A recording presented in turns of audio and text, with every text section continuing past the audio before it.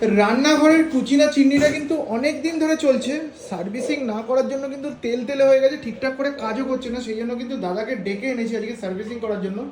তো দাদা মোটামুটি সার্ভিসিং হয়ে যাবে তো ঠিকঠাক করে? হ্যাঁ, এই বাইরে যে তেল জমাচ্ছে এগুলো জমা হবে না তো সার্ভিসিং করলে? সার্ভিসটা করলে কি মেশিনটা ক্লিয়ার হয়ে যাবে। আচ্ছা আচ্ছা, ক্লিয়ার পুরো ঠিকঠাক করে চলবে তাই তো?